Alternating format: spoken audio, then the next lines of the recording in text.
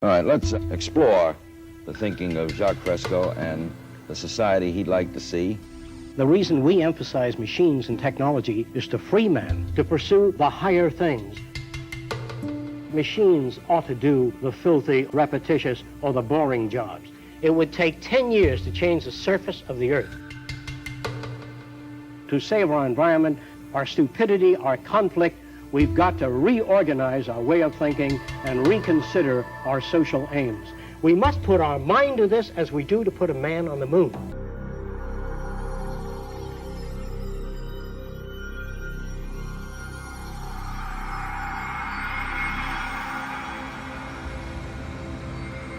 The Earth is a very small stage in a vast cosmic arena. Think of the rivers of blood spilled by all those generals and emperors, so that in glory and triumph they could become the momentary masters of a fraction of a dot.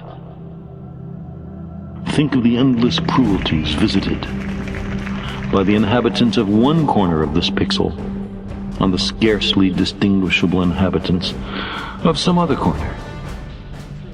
How eager they are to kill one another. How fervent their hatreds. Our posturings, our imagined self-importance. The delusion that we have some privileged position in the universe are challenged by this point of pale light. Our planet is a lonely speck in the great enveloping cosmic dark.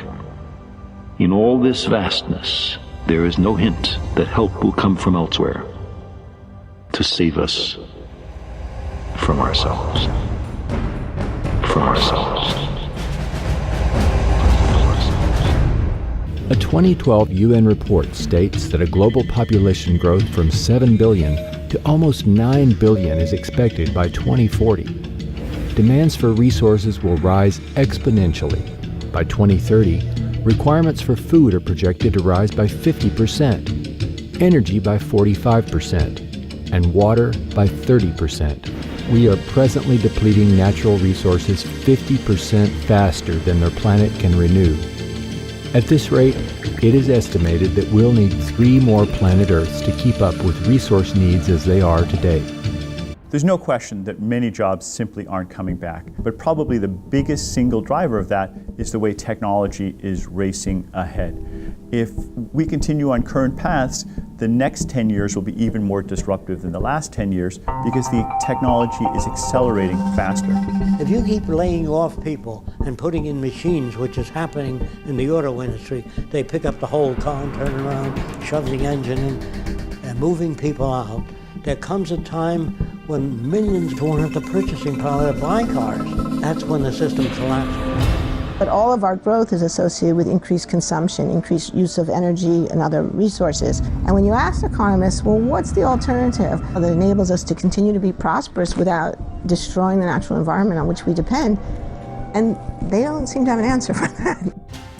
If our planet ran out of resources, no matter how much gold or money or possessions you had, you could not survive.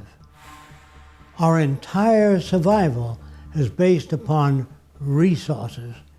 I can imagine an abundance economy where robots do most of the work, where our food, our clothing, our shelter are created by machines. And I think it's very realistic for us to completely eliminate absolute poverty worldwide, not just in the United States, by the year 2035. Nobody needs to starve ever again. That could be an enormous milestone that is achievable because of technology. The Venus Project proposes ways to achieve this. Interconnected, sustainable cities utilize cyber centers, which coordinate industries, transportation systems, public health care, and the flow of goods and services. These cybernated centers would connect all cities and help with environmental reclamation. In the beginning, interdisciplinary technical teams would manage productivity until even these tasks are automated.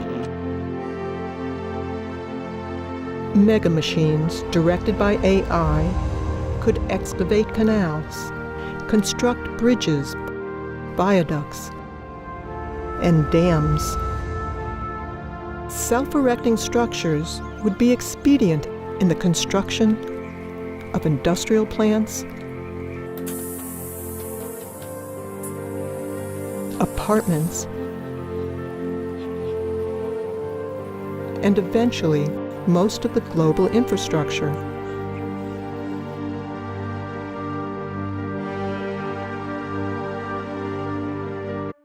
The first city would be a testing ground for the implementation and further development of these social aims.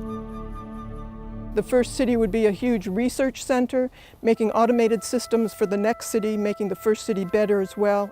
It would be a place where we would disseminate information. We'd have movie studios, be making gaming, computer animation, a lot of different media to get to the public. It would be like a university city.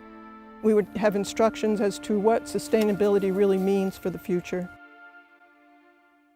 The cities of the future are circular, not because I like circles. It's because you only have to design one segment of the system and then reproduce it in pie-shaped sectors, and that would be the most economical way.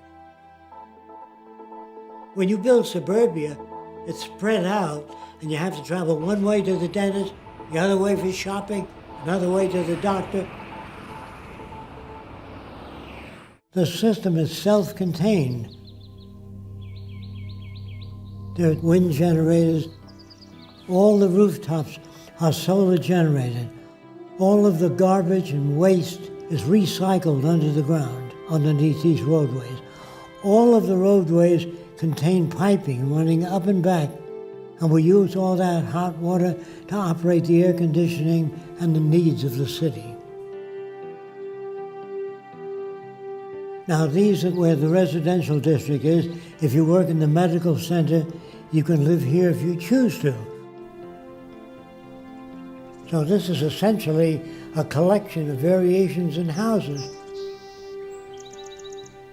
Your house will vary to suit your needs. Fresco's designs are a showcase for the harmonious coexistence of nature and technology. Now, some people don't like living in individual houses. They prefer living in apartments because there's a gymnasium, drama group, discussion group, recreation of all kinds. So the skyscraper in the future will offer more of the amenities. So this is your recreational belt. There'd be art centers, music centers, recreational areas. These are bicycle paths. There are tennis courts, and these are golf courses. But the golf courses contain a clubhouse with all the golf clubs.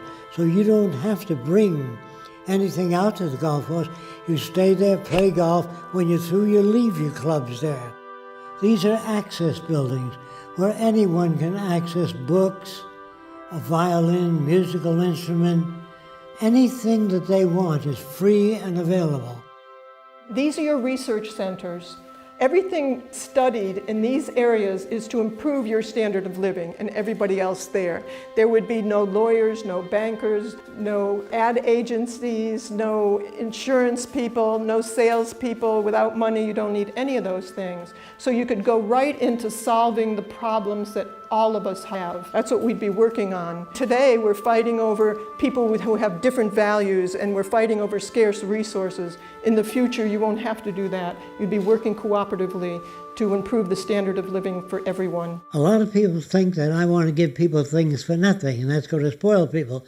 The fact that you're born in America, you'd have nothing to do with the airplane, the telephone, the railways. It's all here. And you're lucky because you inherited that, just being born here. That doesn't spoil you. So there's really no basis for crime.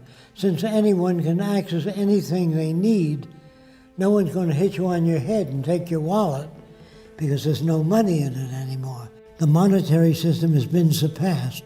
And when we have that kind of abundance economy, most of us will be able to spend most of our time doing the things we enjoy doing. The kinds of things that you might have seen the Athenians do during their golden age. They had human slaves take care of their basic needs.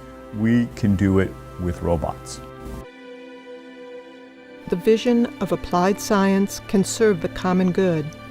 And though this goal has eluded human civilization for centuries, the possibility of a better life for all will depend ultimately on the choices we make today.